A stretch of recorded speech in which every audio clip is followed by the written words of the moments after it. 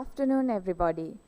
It is with great pleasure and honor that I welcome you all to the closing ceremony of South Asia International Economic Law Conference 2024. Over the past days, we have shared a journey of insightful discussions, innovative ideas, and thought-provoking debates, all aimed at advancing our collective understanding of economic law in the global arena. We have had the privilege of hearing from distinguished speakers, engaging in lively panels, and forging valuable connections with fellow experts from around the world. It has truly been a remarkable experience, highlighting the crucial role that international economic law plays in shaping a fairer, more stable global economy. The discussions we had are not just for today. It has already laid the foundation for continued dialogue and progress in the field of economic law.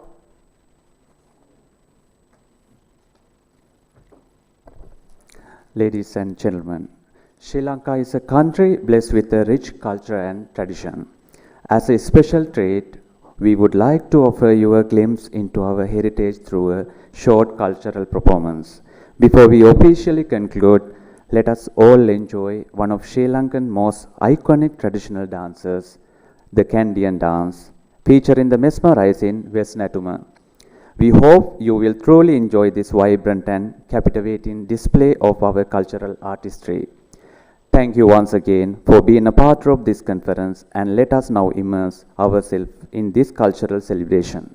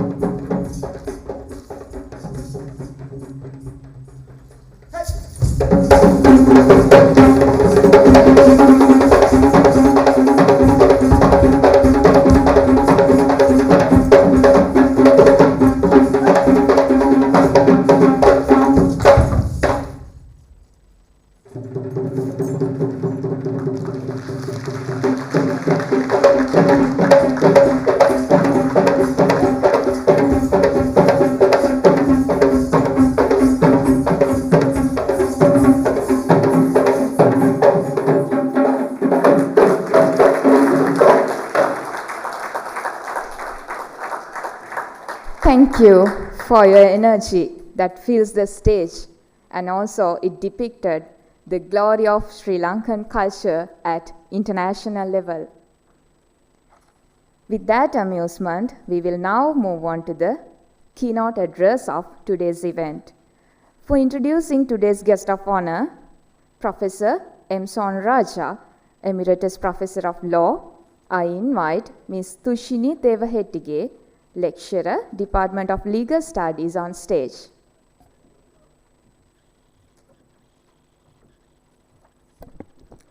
Good afternoon, distinguished guests. It's an absolute honor for me to introduce a true luminary in the field of international law. Professor Sonraja is Emeritus Professor of Law at the National University of Singapore. He was CJ Co-Professor at the Faculty of Law of the National University of Singapore. He was the Tunku Abdul Rahman Professor of International Law at the University of Malaya at Kuala Lumpur. He was the head of the Law School of the University of Tasmania, Australia. He studied law at the University of Ceylon, LLB First Class, and Yale Law School, LLM, the London School of Economics, LLM, and King's College London, PhD, LLD. He was Research Fellow at the Center for International Law, Cambridge, and at the Max Planck Institute, Germany. He was Visiting Professor at the Oscar Hall Law School, Toronto. As a prolific author, he won the book prize for 2019 of the European Society of International Law. He has been arbitrator, counsel, expert in several investment arbitrations. He has published extensively in the area of public international law and international investment law. He is an advocate and solicitor of the High Court of Singapore and solicitor of the High Court of England and Wales. He is an honorary member of the Indian Society of International Law. Without further ado, it's my distinct honor to invite Professor Muthukumara Swami Swarnaraja to deliver the guest of honor address. Professor Swarnaraja, the floor is yours.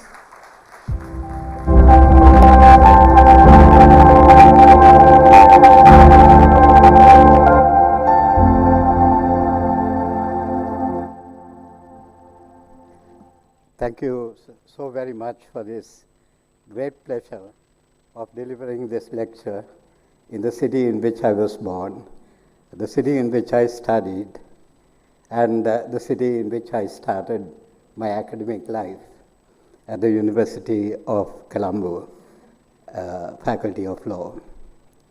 So I asked Leila what I'm to talk on, and she said, anything that you want.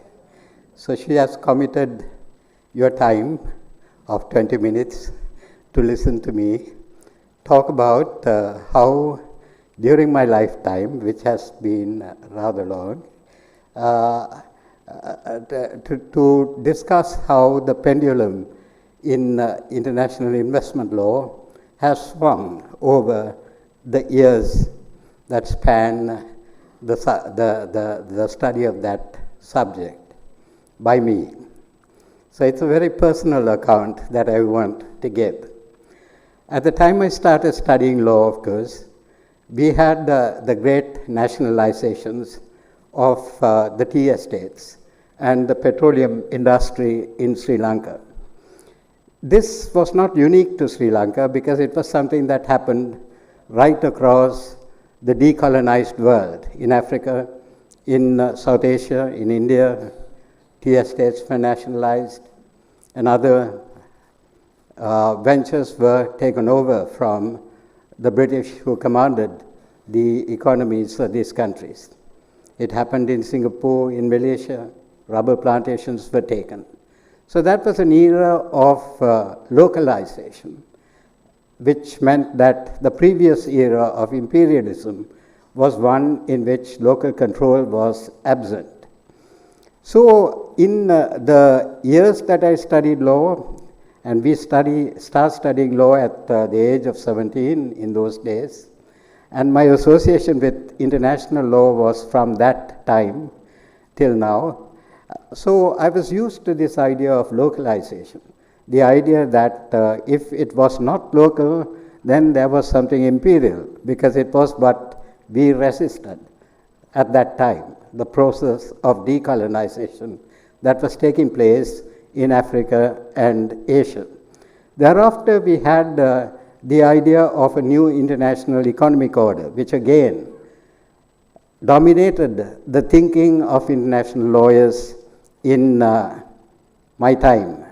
So the three essential aspects of the new international economic order that dominated the thinking of Asian international lawyers during the 1970s was the repatriation of control over natural resources.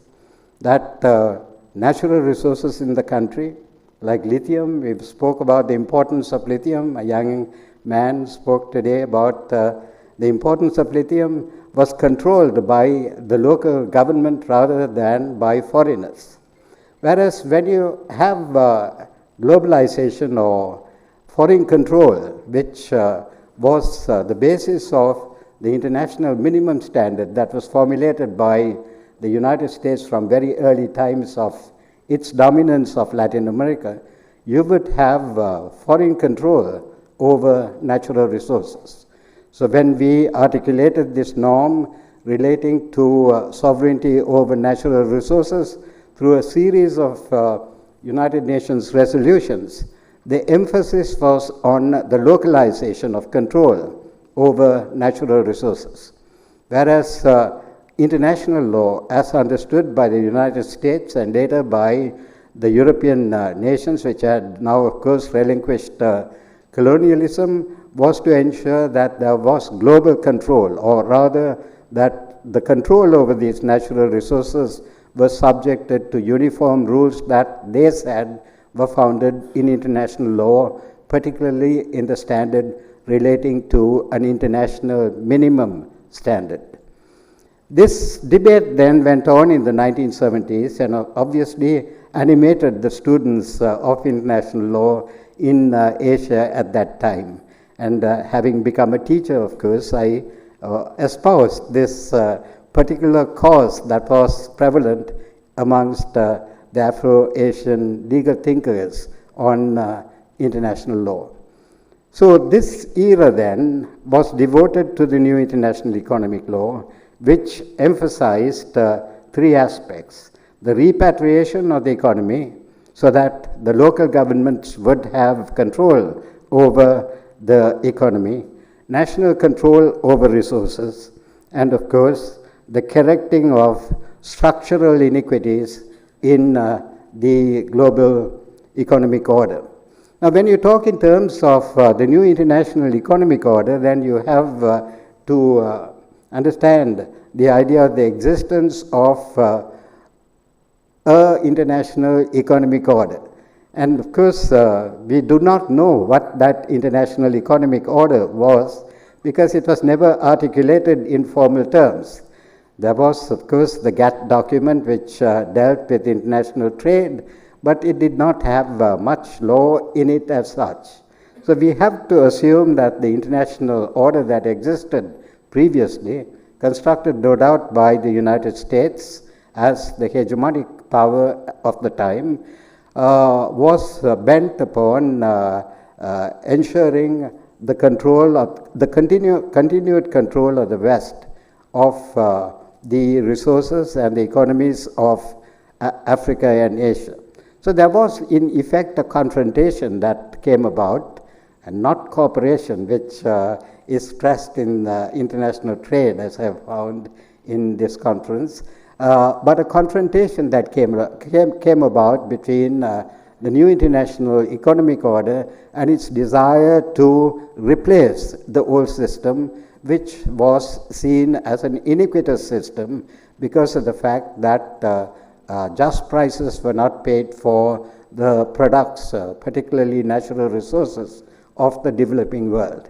So now this new international economic order is said to be dead, right? And so we find very exorbitant statements being made as to the death of the new international economic order, particularly after the 1990s.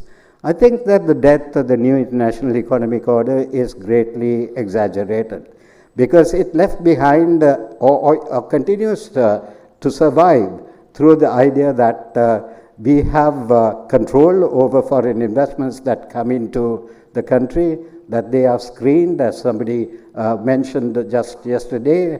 There are screening mechanisms that are employed.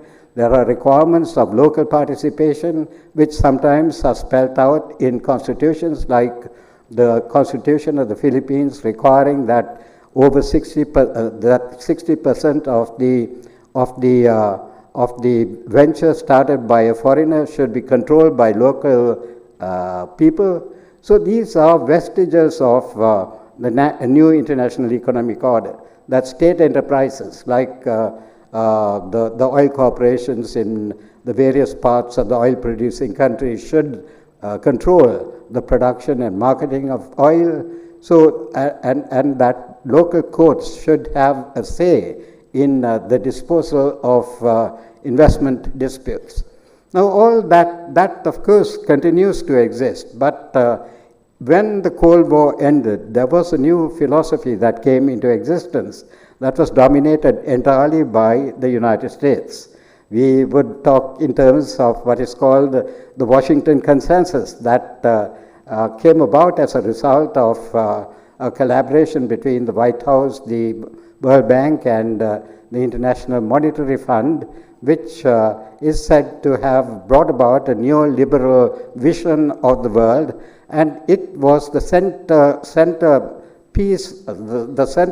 basis of the thinking of international trade and international investment that came about. And this starts with the fall of the Soviet Union in 1989, and we know that the system of investor-state dispute settlement came about as a result of an arbitration from our country, Sri Lanka, where the WPL versus Sri Lanka, in which it was held that an appropriately worded dispute resolution provision could give rise to a unilateral invocation of arbitration by a foreign investor.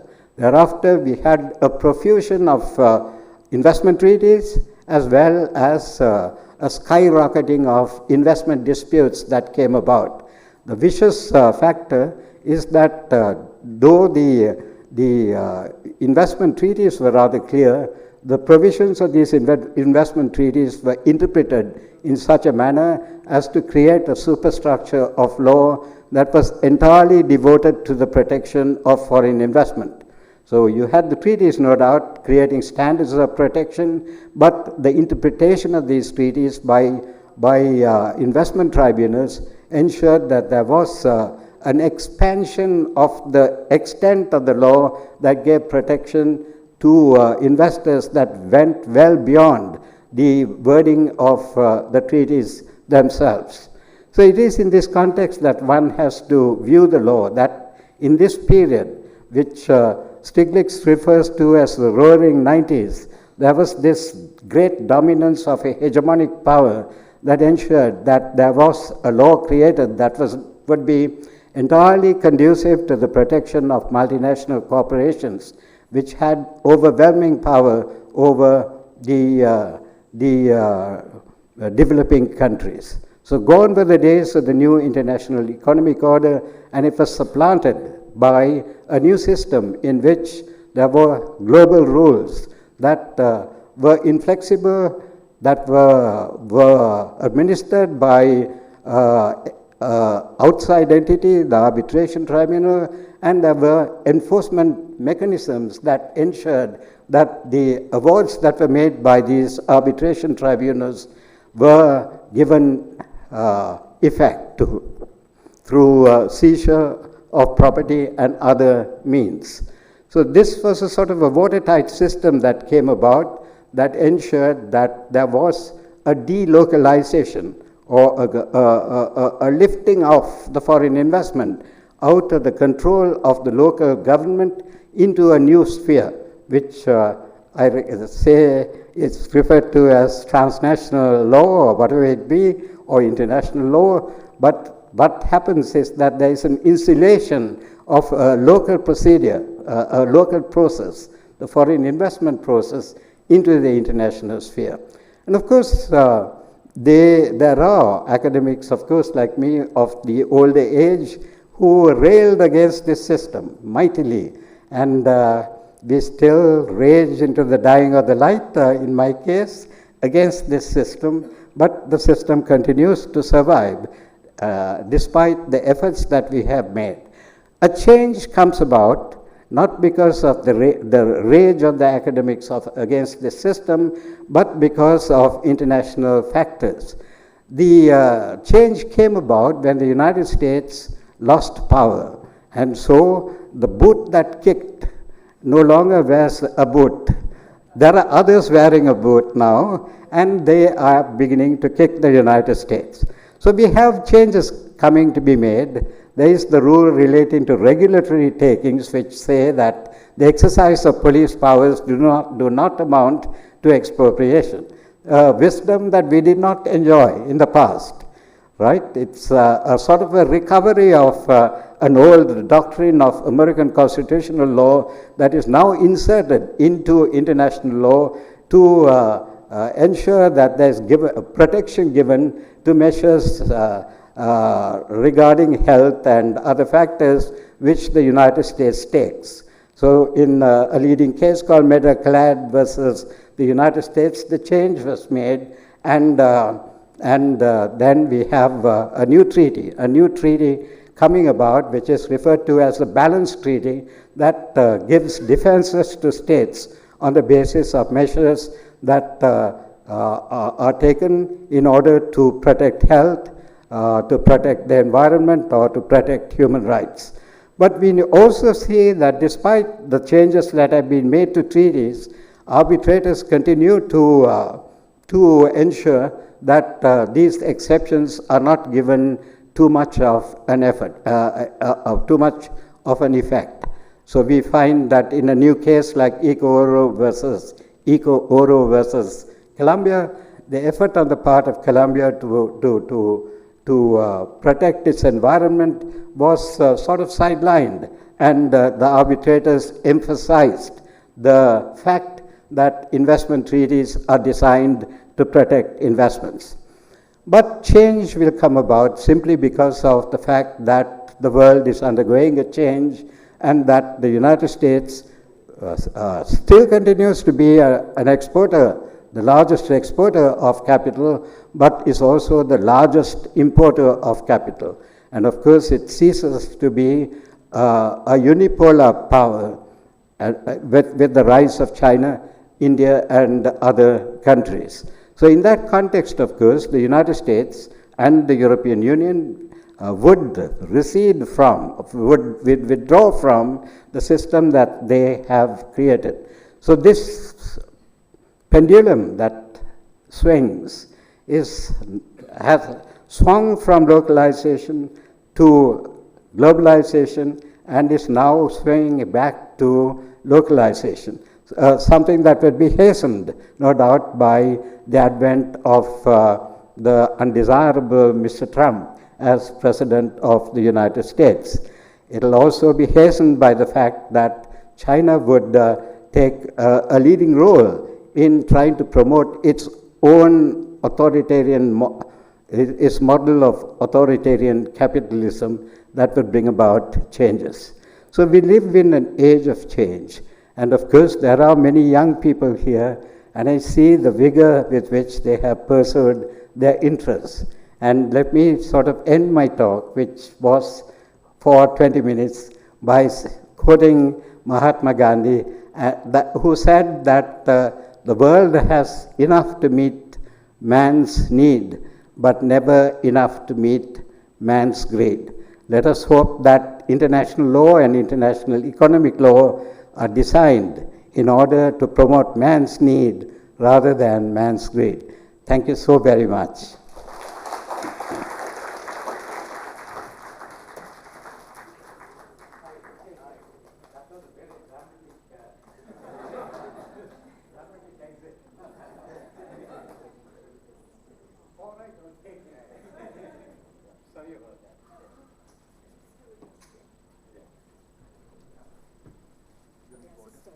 No, that's fine.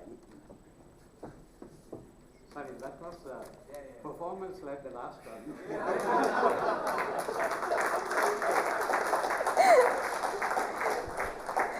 Thank you, dear sir, for your impactful address. To award the token of tribute to Professor M. Sonraja, I kindly request Professor James J. Nadumpara on stage.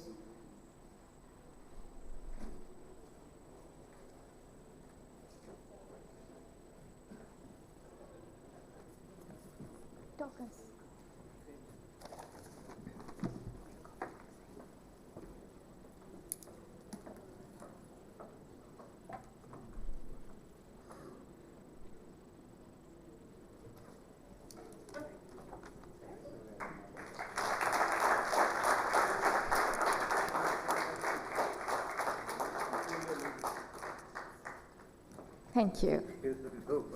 Sorry, I thought I'll be more careful this time. Don't worry, thank you.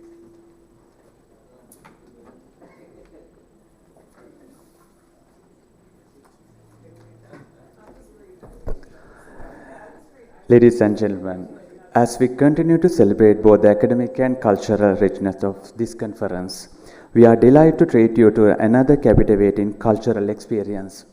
Up next is a dynamic performance of Sri Lankan drums, showcasing the rhythm and vibrancy that are integral to our traditions. Please enjoy this enthralling performance.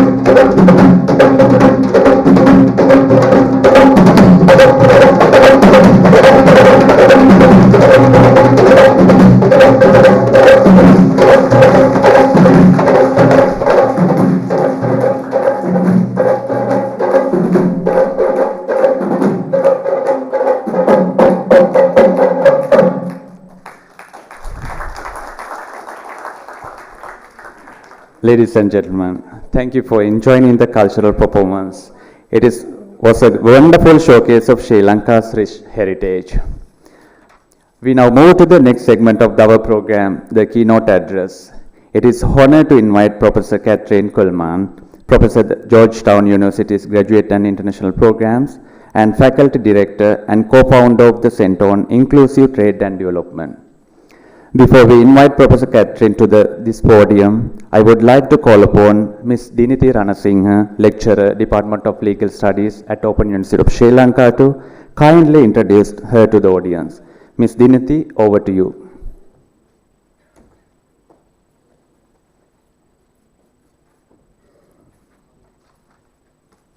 Professor Kuhlmann is a currently professor and international programs and faculty director and co-founder of the Center of Inclusive Trade and Development at Georgetown University Law Center. She teaches courses in international law, development and international trade, and she is the faculty director of the WTO and international trade law certificate programs.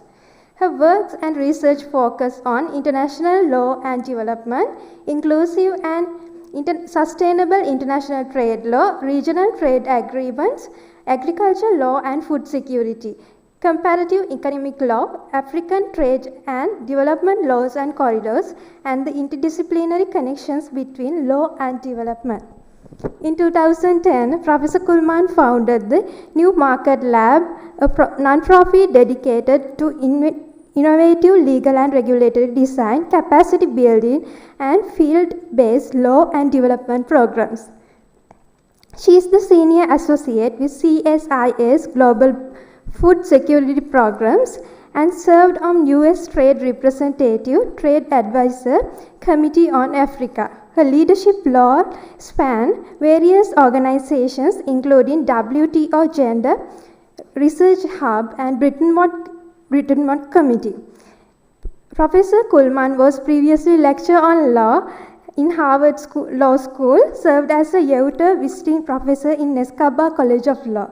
She published widely and is a frequent speaker on nexus between international law, development and trade. Over to you, Professor.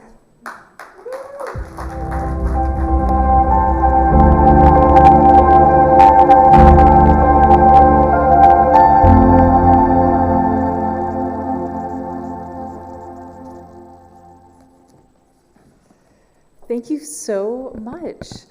I thank you for the kind introduction. Thank you for the honor of letting me present the keynote speech at this wonderful conference on local approaches to international economic law.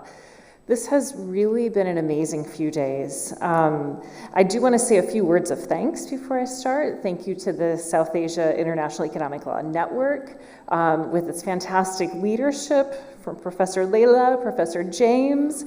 Thank you to the Open University of Sri Lanka, to all we have heard from the head of the Department of Legal Studies, the Dean of the Faculty of Humanities, the Vice Chancellor. I also want to thank some of the team at the Center for Trade and Investment Law. I've had the pleasure of spending time with them in India, which seems like a while ago, but it was only a few days ago, for another really excellent conference. I want to thank in particular Pushkar Reddy, Anesh Chush, yes, they deserve so much thanks, I think.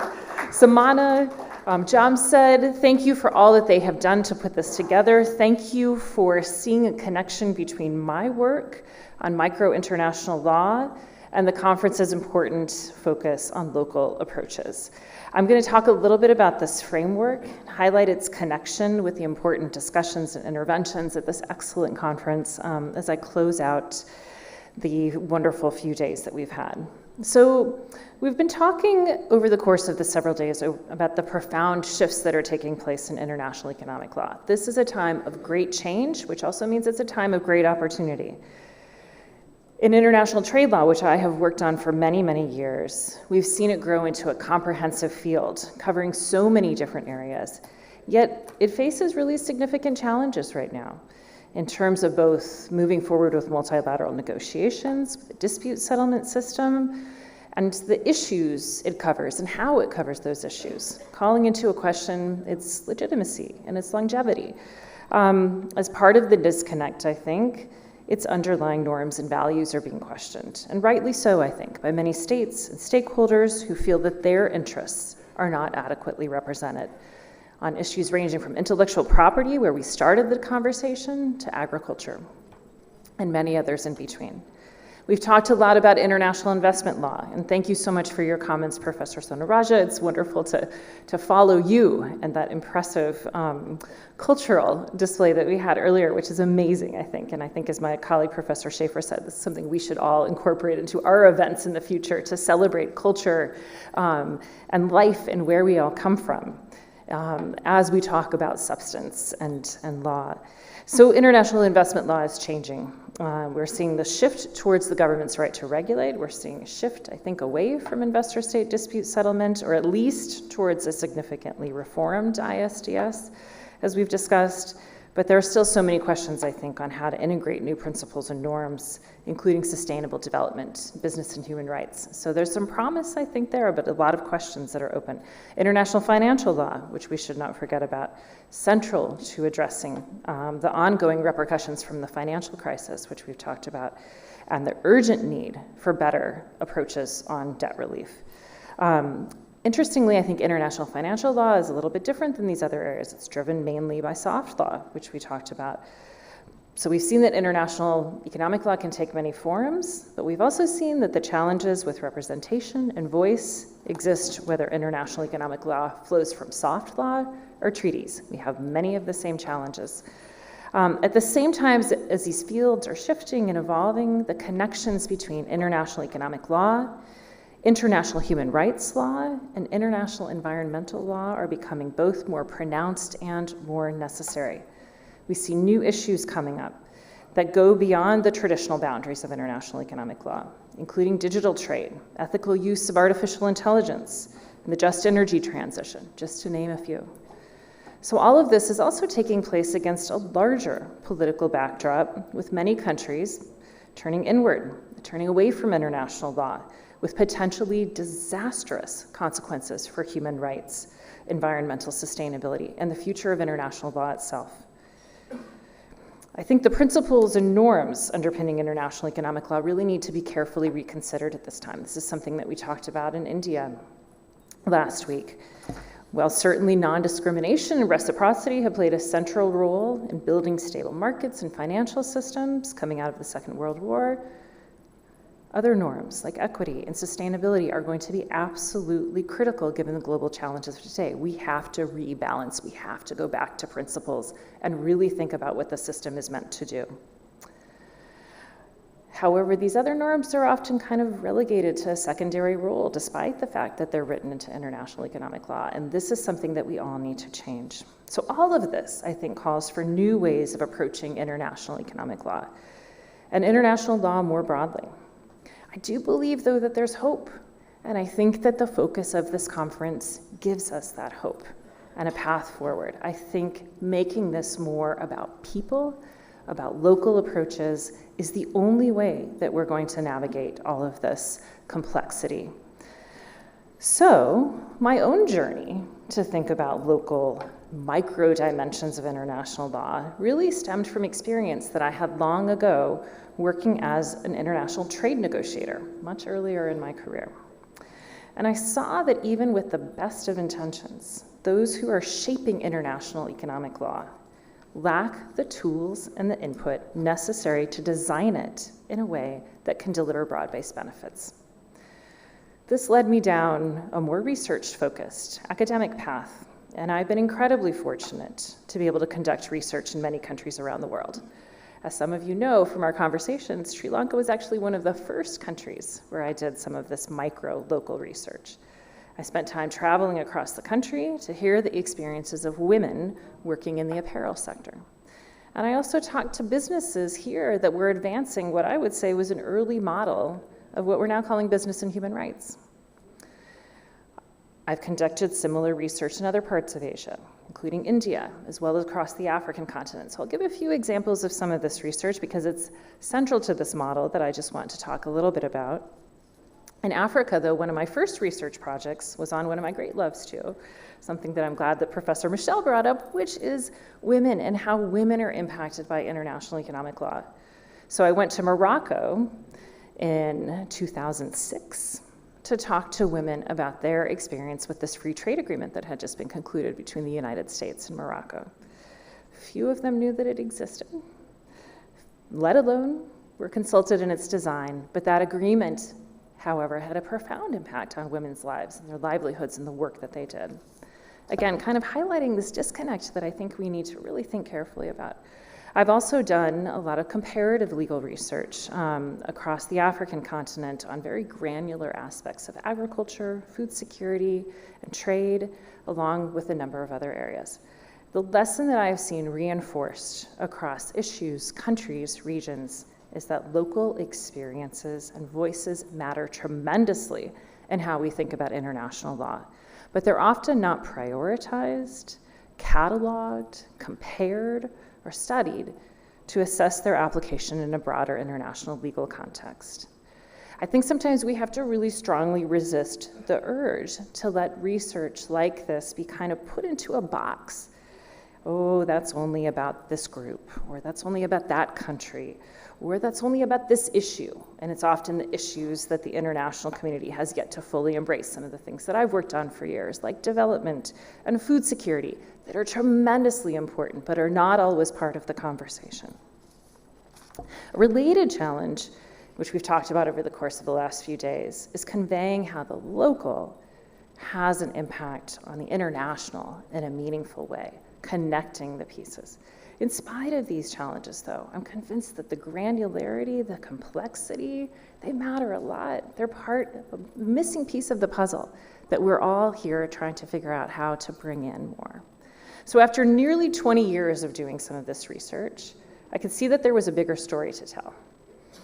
And I sat down and tried to think about, what do I call this so that it doesn't kind of get pushed aside or put into a box or, dismissed as being something that can't have this connection to the international. So I came up with a name that I thought might be a little controversial, but I decided that was a good thing. It's called micro-international law. And I thought maybe this could signal a new field of international legal studies, I'll talk a little bit about that, and a new method for approaching the design and implementation of international law, bridging theory and practice. So what is it? It is an approach, just like I said, for studying international law, for redesigning international law. It's normative, I'll talk about that in a moment. I think it has to be. I think the local has to be related to norms. I don't think we can think about the local aspect any other way.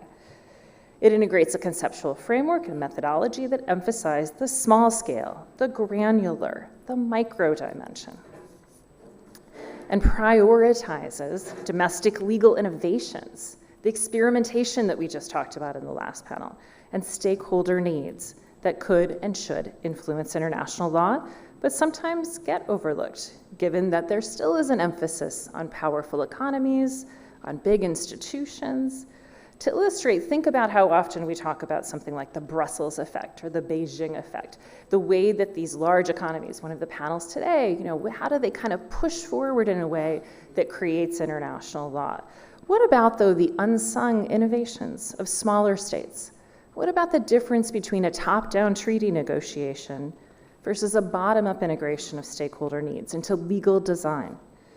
Above all else, I think micro-international law calls for a recentering around people and the impact that international law has and could have on individual stakeholders and communities, precisely those international law aims to serve and benefit. So there are 4 things that I just want to talk about a little bit. First, I think micro-international law helps to better align international law with other disciplines, like economics and international relations, where there's a bit of micro dimension in some cases for many, many years. Alongside the macro, we don't have to choose one or the other, we can do them together. Second, I think, and we spoke about this yesterday on the panel, empirical methods I think are really central to this, but I also hope that we can kind of experiment with those empirical methods, keep testing them, keep evolving the way that we're approaching things. And so I'll talk a little bit about that today, about one method that I've worked on that continues to take different forms. Third, I think we have to really think about process and procedure and how we connect the micro interventions with macro level change. And then fourth, finally, and really importantly, I think that we have to really think carefully about the normative dimension. How do these micro local lessons signal a different direction in the design of international economic law? And what does that look like? How do we prioritize equity, sustainability, and social justice, like we've been talking about? So before I share more on those, which I'll do very briefly, I just also want to acknowledge the deep body of work on which micro-international law builds. This includes third world approaches to international law, TWAIL, which I have found really inspiring and powerful. It includes new legal realism, transnational law, Professor Schaefer's important work on transnational legal ordering, many others. There are so many pieces that I think have common elements and kind of push us in that direction. And collectively and individually, I think that these approaches provide ways of studying and approaching international economic law at this critical turning point. We need these right now. So first, let me talk a little bit about why I think having a micro dimension to international law really matters. So we haven't explicitly or consistently recognized this in international law, and I think it's time that we do. I think everything that we do in international law should have that micro local component. We've talked about how closely linked international economic law is with fields like economics and international relations. Yet these other fields recognize a micro dimension. Do we want to leave it just to them? Law is different, deserves its own focus. In economics, the micro dimension actually predates the macro. And macro lessons are consistently drawn from micro foundations. Macro approaches drawn from experimentation at the micro level. I'd love to see us do that in the field of international law. This is not only an approach from which international economic law could learn, it's something that we as scholars, as lawyers, really have to integrate into our own work and studies instead of just leaving it to the others to do it. Second, I do think that micro-international law relies heavily on empirical approaches, as it must, and as many of these other approaches do.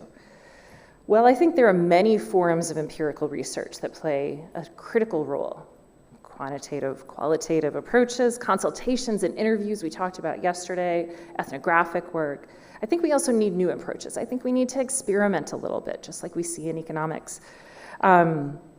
And I think that could help us better understand sometimes how international law works, not just on paper, but in action, on the ground, in reality. So I've written about something, it's a mixed method model that I've developed and tested called micro mapping that studies the intersection between domestic and international law textually, procedurally, and in a local context at each step of a legal and regulatory process. You can think about some of the things we've talked about. Think about standards, think about registration of an entity or a product, think about regulatory certification, all these really nitty-gritty things that make a huge difference when we think about that last panel that we heard and what small businesses face. These are the things that make or break. So critically, these maps highlight gaps, they highlight innovations. We've been using them to highlight equitable approaches because I think it's really important to show those. Where do countries' legal systems bring in women or vulnerable stakeholders? How are they doing that precisely? Broken down into a really minute, granular level so that we can actually see what is being done rather than just comparing law at this very high level. They are based on consultations and interviews. One of the first times that I did this mapping, it was traveling an entire agricultural corridor in Tanzania, talking to enterprise after enterprise after enterprise, NGO, governments, to understand what they thought and whether they thought the law on paper matched what was happening in practice. And spoiler alert, did not, which almost always happens. So I wish I could show you what one of these maps looks like. If you've read my paper, you can see them, but think of it as sort of an engineering map for law, a step-by-step process based not on just what the rules say on paper, but how they're applied in practice, contextualized every step along the way. So since this corridor in Tanzania, the mapping has expanded to involve regional trade agreements, different areas of domestic and international law. I've actually seen how countries' approaches contribute to those trade agreements and pull best practices from the country level up to the regional level, which is very exciting. The model keeps evolving, as I mentioned, the latest iteration using micro-mapping to compare several countries and how they address really granular aspects of food security and agricultural trade. And I'm also bringing in a temporal dimension. We did mapping in Tanzania and in Kenya. Now it's been about 10 years. So we can kind of look and see what changed, why it changed, how it changed, and try to get stakeholder input on whether they think those legal changes are important and impactful for them. So this contextual mapping, I think, makes it easier to do a couple of things. One, I found it makes it easier to actually talk about law because you're doing it based on something really concrete. It's not just this big kind of fluffy, high-level, abstract concept. It's specific. It makes it, I think, easier to integrate local perspectives. I think it makes it easier to give credit to countries. That first example that I did on the agricultural corridor was in Tanzania, where the government kept changing things in the law and still kept facing this criticism of haven't done enough, it hasn't been enough. And so we went in with a local partner to try to figure out, have they actually done a lot of these things? Many of them they had changed things, but the practice hadn't yet caught up. I think it also prevents the laws of the most powerful economies from becoming the default when they're not best suited to local circumstances. And it engages everybody, the public, the private, non-governmental stakeholders, in a process of identifying the most important interventions and committing to them. And the examples I talk about in the paper, this kind of research has led to real concrete change, both in the design of domestic and international law and its implementation. Including of a trade agreement, an agricultural agreement that nobody knew about before we started doing the mapping, which was a little interesting, and incorporation of local priorities on SPS, for example. This is a way to get at some of that, I think. Also, though, more directly including other stakeholders, women, farmers, in these processes and procedures, by talking, by understanding, by bringing it into some kind of an empirical approach that could help us to really isolate the changes. So I hope this method can be applied more and more. I would love to think about how to do that. I think a lot of the issues we talked about here and the issues that we talked about in India at the last conference could really benefit from this kind of work.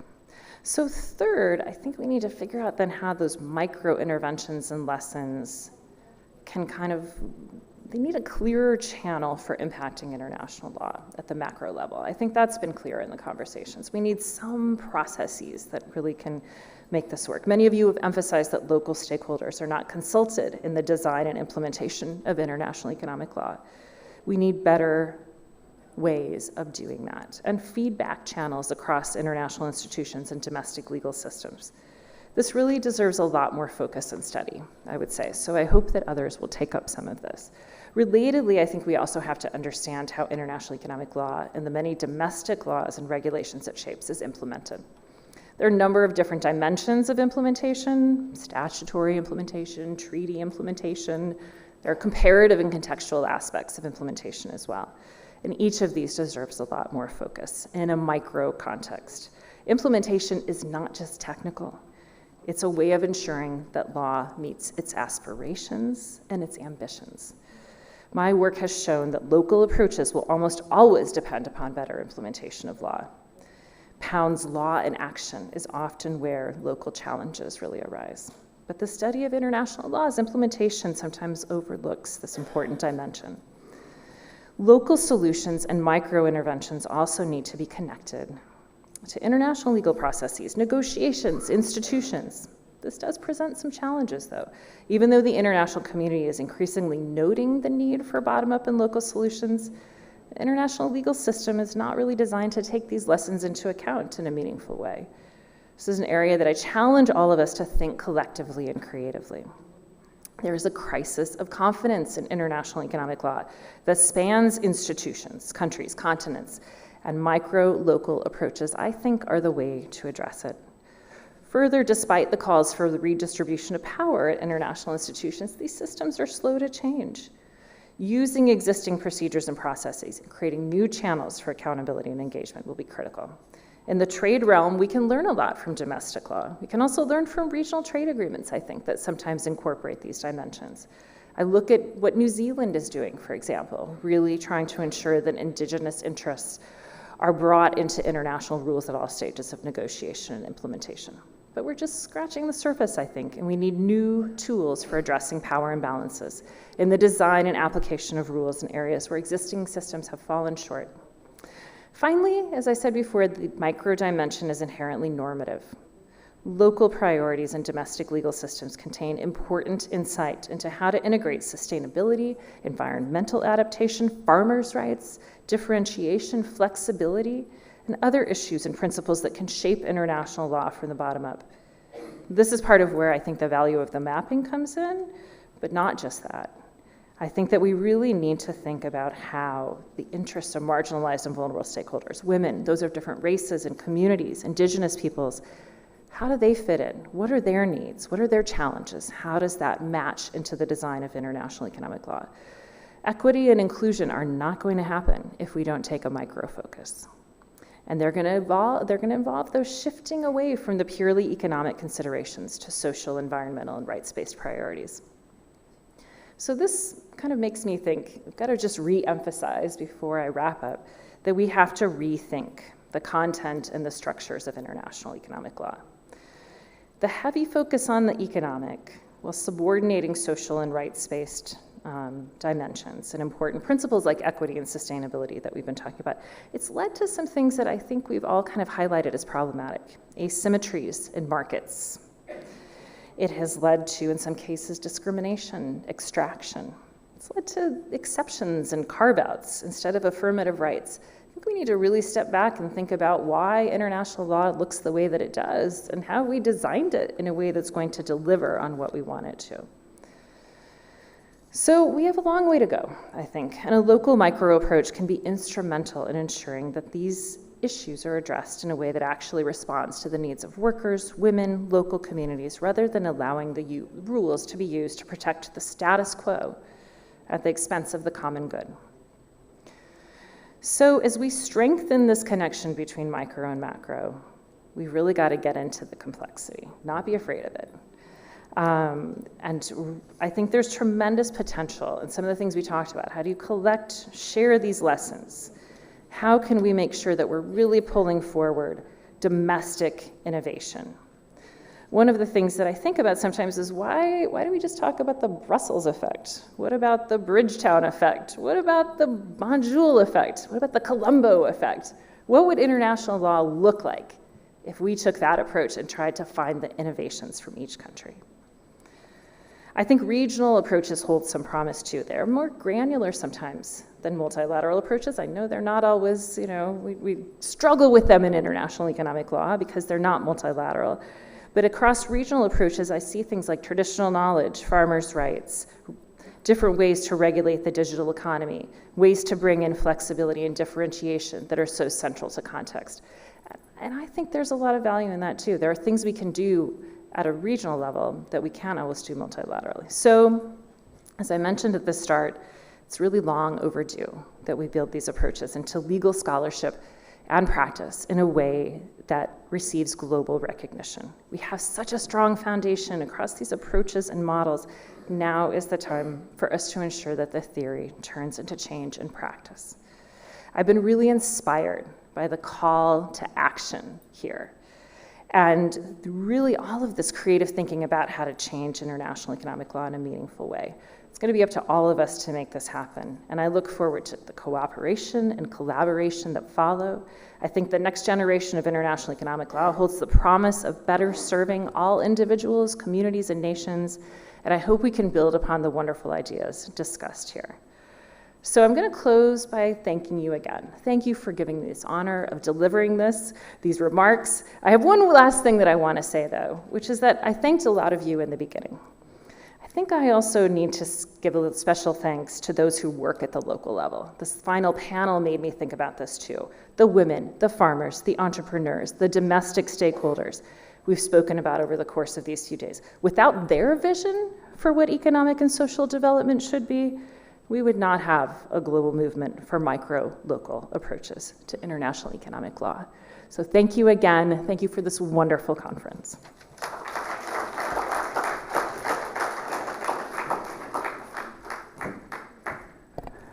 Thank you, Professor Kuhlmann, for your inspiring and insightful address. Dear Professor Kuhlmann, so please wait on the stage for a moment as we prepare to present a token of appreciation to you. It is with great pleasure that I now invite our esteemed Vice Chancellor, Senior Professor PMC Tilakaratne, to the stage to give this token of appreciation to Professor Kuhlmann.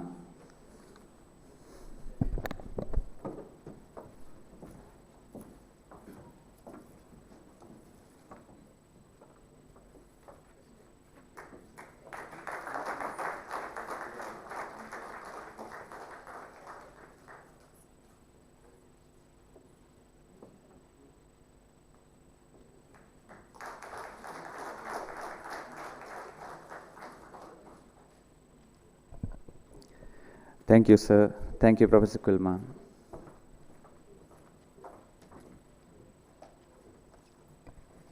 My next invitation goes to another significant person throughout SAIELN 2024. In delivering the closing remarks, I am honored to invite Professor James Jenadumpera. Dear sir, the stage is yours.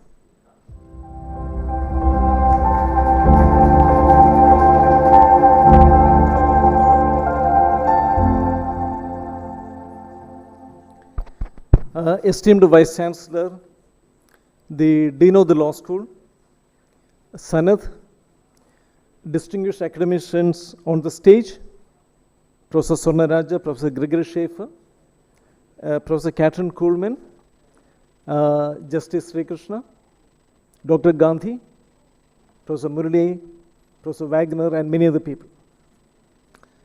So I'm deeply elated to actually stand here and give the closing remarks of the 4th biennial conference of the South Asia International Economic Network. So on this occasion, I would actually like to say a few things about how the society came into being.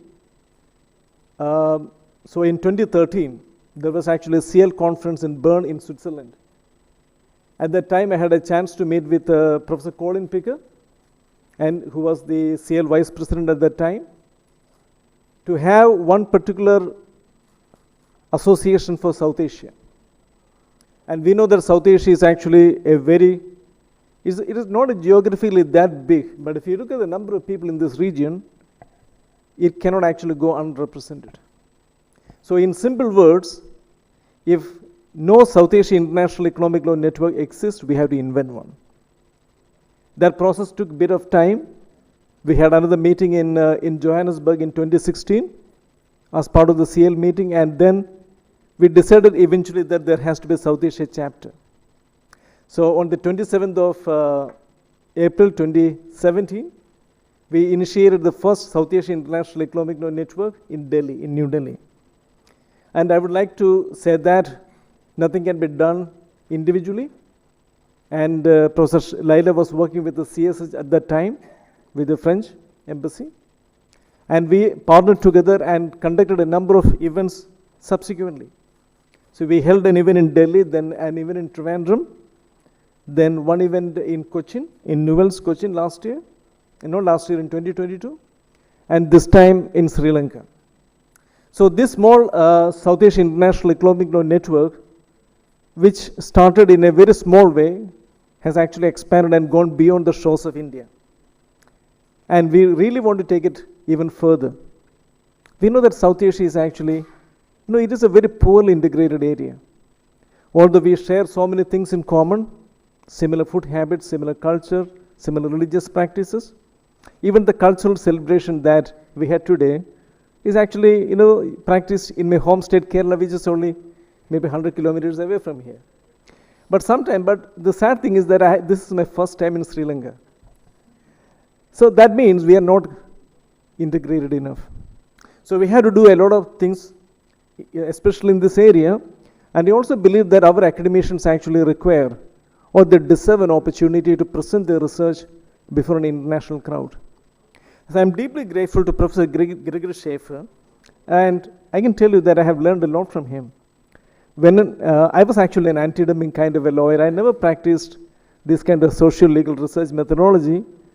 And when he met me in 2010 to start a project in India, I also never thought that the project would go for 10 more years. And it has actually gone for 12 years. And when he published the book, The Emerging Powers in 2021. So these are all wonderful experiences. And Professor Swarnaraja, we have already heard about you, read your work from textbooks, but to actually hear you was a privilege. But beyond that, there are many other people in this audience. Professor Gandhi, I admire him a lot. He was my, I think, a colleague at General Law School, and the kind of contribution he has done in the field of international economic law, not international economic law, international law is unprecedented. He's created actually a cadre of youngsters who have gone on to become big figures in the field of international law. Marcus Wagner has been, he is a representative of SAIELN. And for all the conferences that we have organized wherever, he has actually come. He has come to Cochin, he has come to Trivandrum.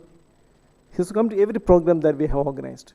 And Professor Laila, for all your initiatives. But one person I really want to thank for this particular conference is actually Pushkar Reddy. And Pushkar is an amazing individual, very smart, at the same time willing to do a lot of hard work. And then Pushkar has been supported by a number of people. One is Sumana, Ashutosh, Sparsha, many of the people in this audience. Some of them haven't actually come to Colombo, they are in Delhi. And they really supported this event. And let me also thank Professor Murali Kallumal. He is actually my colleague at Center for WTO Studies. And the last point is that for doing an event outside India, since we are actually a governmental organization, we have a lot of approval process. So that is quite difficult, but I think, that is actually that is something which you have to live with. At the same time, the government really wants to, enlarge capacity. But the problem is that we have got bureaucratic hurdles within the government. So next time, we are not actually going to stop here. We are going to make it even bigger. In the years to come by, we would like to have more academicians, thought leaders from different parts of the world come to South Asia, be it in Nepal or Bhutan or which other country. But somehow, there are political constraints as well. That is another factor which I don't want to touch upon right now.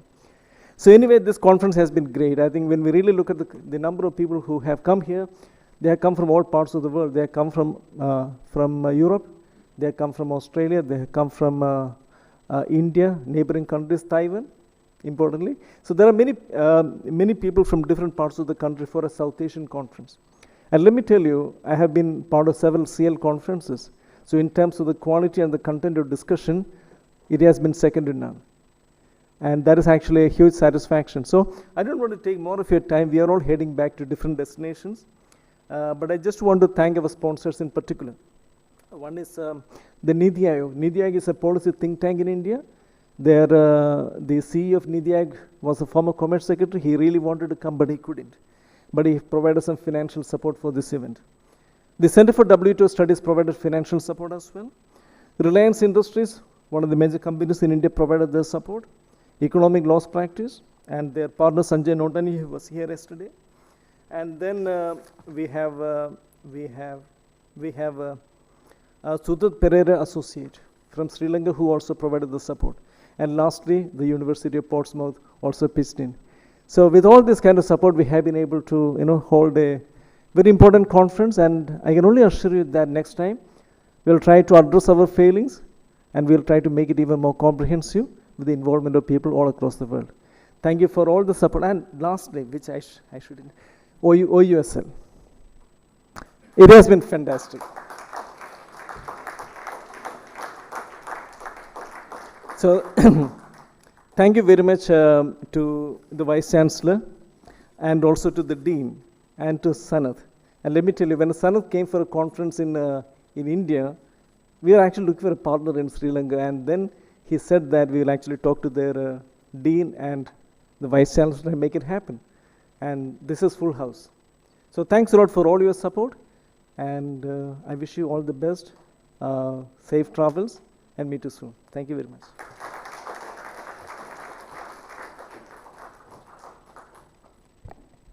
Thank you very much, sir. We have now arrived to another noteworthy moment of this event. Before that, let me remind you the significance of SAIELN logo. The logo embodies the rich tapestry of Sri Lankan culture and heritage. The design mirrors the distinctive shape of Sri Lanka on the map, with tea leaves symbolizing the renowned Ceylon tea. The sun and the moon illustrate tradition and prosperity, while the fishermen highlight Sri Lanka's unique fishing practices. The sea waves reflect the Indian Ocean and the island's precious gems. The coconut tree stands for the lush greenery and agricultural vitality of the country.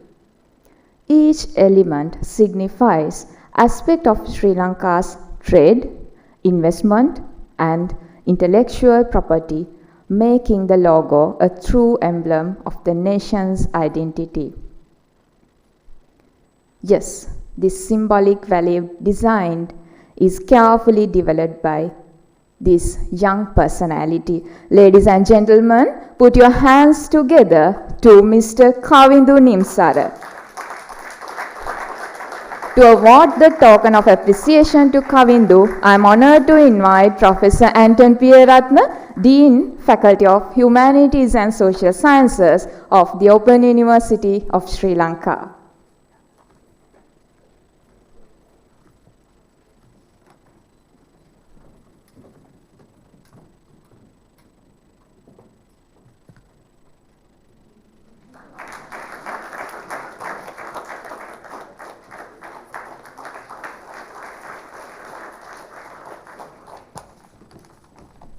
Thank you.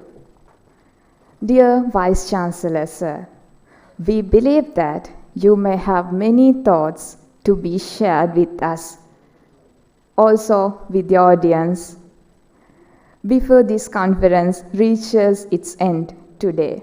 So it is my great pleasure to invite Senior Professor PMC Tilakaratna, the Vice Chancellor of the OUSL, to address the gathering.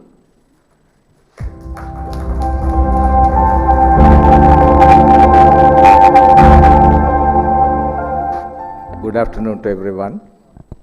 I never thought of speaking few words, but Sanat said just before that 5 minutes you speak to this audience. Well, so it's the of course one of the happiest moments in the history of the Open University of Sri Lanka, where this moment, of course, gives me a distinct pleasure, because I never thought this kind of eminent professors visit our university and the country to participate for this conference. Big thanks for that. The two words, big thanks or many thanks, not carrying enough weight to, of course, to appreciate your presence at the OUSL and Sri Lanka. And secondly, so the decision of the South Asia International Economic Law Network, the governing board, Professor Laila and my Indian professor, co-chair of this conference, to keep confidence on our university, and Professor Sanat only that you met last year, and then that this idea, of course, conceived in his mind to speak to the Dean and the Vice Chancellor. They both bet me, and I'm always positive in whatever the endeavor to develop the university, because we are, as I said day before yesterday, because as a South Asian country, we are that rich in all aspects, but as Deputy Governor said in his keynote speech, and we experience economic downturn. And thank you very much. As a third fact, your presence not only that of course illuminated our conference, but you helped our economy as well. Thank you so much for that as well.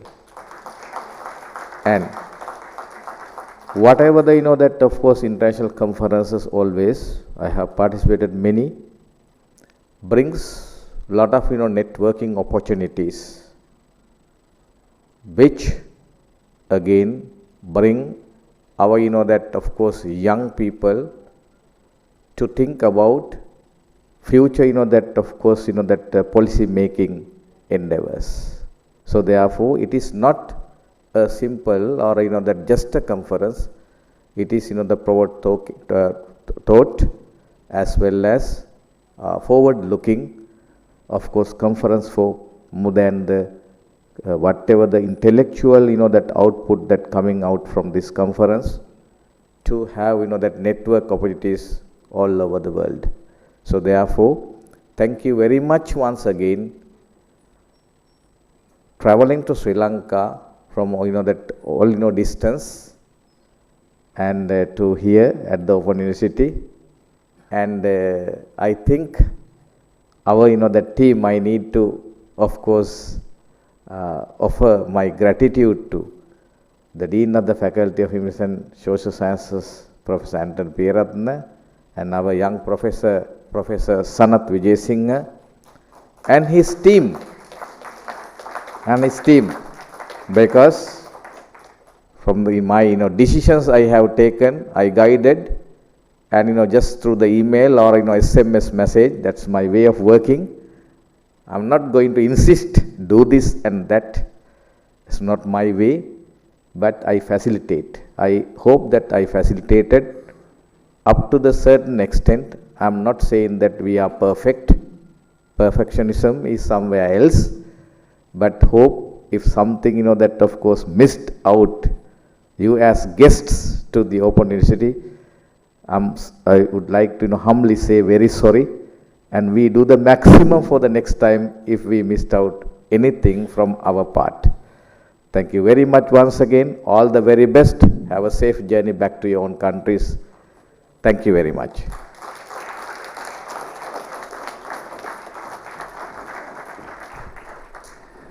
Thank you for your generous words. Ladies and gentlemen, now I would like to invite Ms. Niroshika Lihanamarandiram, Senior Lecturer, Department of Legal Studies at Open University of Sri Lanka, to deliver the vote of thanks. Ms. Niroshika, over to you.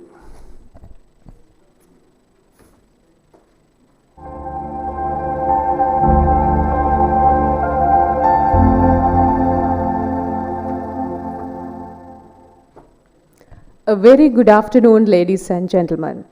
As we draw the curtains on this incredible journey of the South Asia International Economic Law Network 4th Biannual Conference 2024 on the theme Local Approaches to International Economic Law, it is both a privilege and an honor to extend a heartfelt vote of thanks on behalf of the organizing committee of the Open University.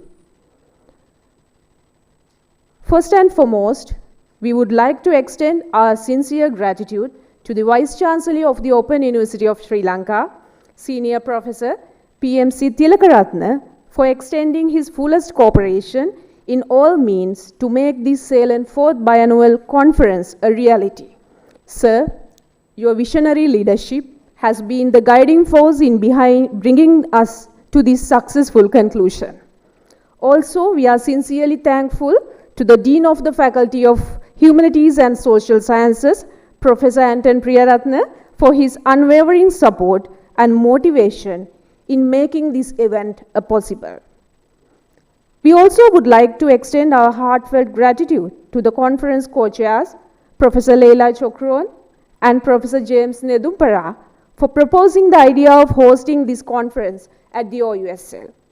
Without their initiative and vision, this event would not have been held at these premises. We are grateful for the trust you have imparted on us. Furthermore, we would like to extend our deepest gratitude to our esteemed keynote speakers and panelists.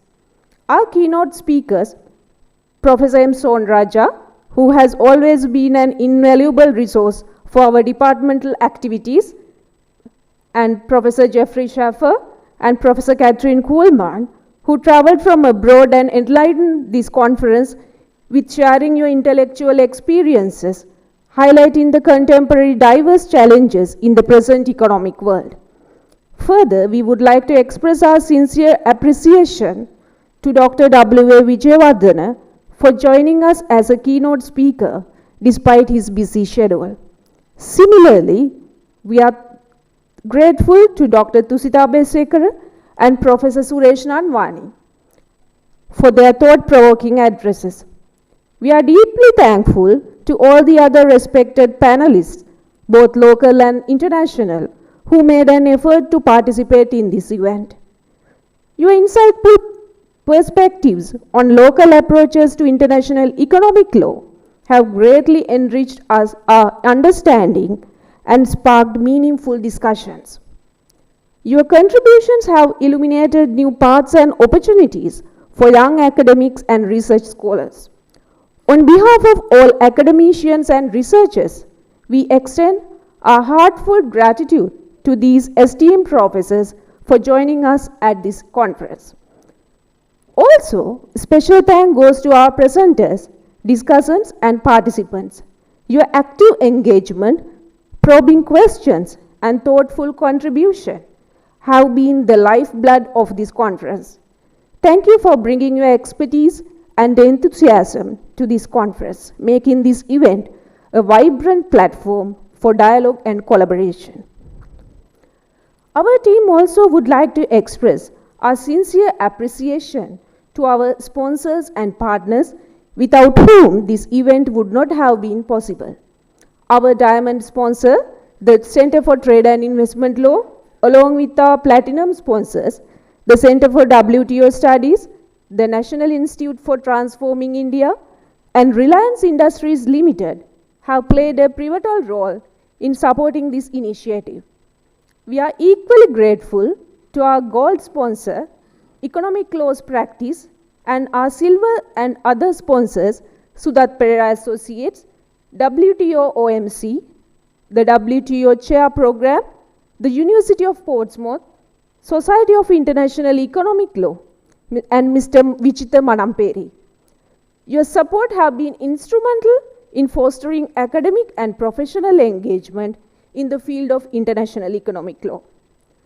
We also would like to thank Dean of the Faculty of Health Science, Professor Sunil De Silva, for graciously allowing us to use these faculty premises as the conference venue. We also would like to thank Registrar Ms. Vindhya Jayasena, Bursar Dr. Anura Vikramasinghe, SAR General Administration, SAR Transport, ADCRC, Ms. Vindhya Angamana and her team, the Center for Education and Technology and Media, IT Division, ARHSS and her team, AR Health Sciences and her staff, PIO, Public Transport Division, Finance Division, Chief Security Officer, Works Engineer, Curator, PHI, Maintenance Division, and other housekeeping staff of the university. All your tireless efforts behind the scenes were instrumental in ensuring the seamless execution of every session. From the initial stage of drafting the MOU between SAIELN and the OU SL, the organizing committee of the SAIELN and the OU SL we were having weekly meetings over the last 6 months to discuss every aspect of this conference. Professor Leila, Pushkar, Jamshid, Sumana, Kashyap, and other CTIL members, together with the organizing committee members of the Department of Legal Studies, worked tirelessly to ensure seamless coordination and the successful execution of this event. All our organizing committee members of the Legal Studies Department, Ms. Niluka Damayanti, Ms. Sandhya Hewamiyala, Ms. Vasana Panditaratna, Mr. Danushka Manoj, Ms. Geetani Jeevanti, Ms. Ruantika Aryaratna, Mr. Ramindu Pereira, Ms. Yashoda Tilakaratna, Ms. Diniti Ranasinghe, Ms. Isiri Nadija, Ms. Sayuru Netmini, Mr. Satira Khidmana, Ms. Tushni Amanda, Ms. Sandareka Jayasundara, and both other senior and junior academic staff members headed by Professor Sanath Vijay Singh have worked day and night to make this event a reality while involving engaging in all other academic activities of the department. Professor Vijay Singha, we as members of the organizing committee deeply value your leadership skills and also the sense of humanity you extended to us throughout this event. You let us to have our own shape and take the decisions whenever needed. Thank you so much. A special thank you also goes to Asha, Shirani, Rasika, Chanani, and Sithira of Legal Studies Department and all other academic and administrative non-academic staff members for their tireless efforts to make this conference a success. Further, we sincerely appreciate the cooperation extended by our colleague, Mr. Ruchira, for beautifully decorating this venue, and Kavindu Nimsara for designing the conference logo. Last but not least, I am also thankful to all our beloved student volunteers, including Ajanta and others, for their unwavering cooperation and support given throughout this event. All your dedication and steadfast presence have been instrumental in making all our initiatives a success. As we part ways, let's carry forward the insights gained here and continue striving for equitable and sustainable solutions in international economic law. May this conference serve as a catalyst for new collaborations and enduring partnerships. Thank you for all your presence and participation. Safe travels, and we look forward to have and see you again at future editions of this conference. Together, we can make a difference. Thank you so much. Ayubowan.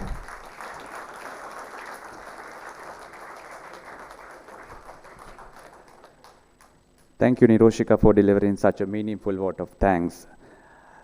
Dear ladies and gentlemen, as we draw the conference to a close, I would like to inform you that lunch will be served just outside the auditorium.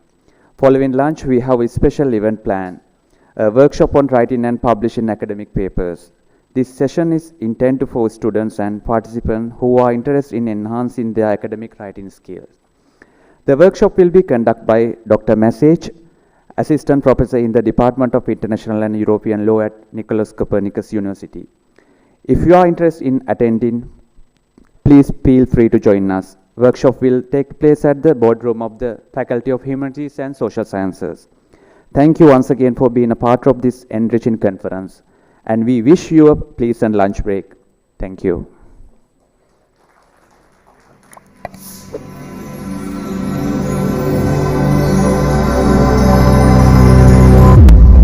South Asian Economic Law Conference 2024, organized in collaboration with OUSL and CTIL on local approaches to international economic law, marks its conclusion like this, but still with the hope of a wonderful gathering in future. So, may I kindly request all members of the organizing committee, our invited guests, resource persons, participants, to please come on stage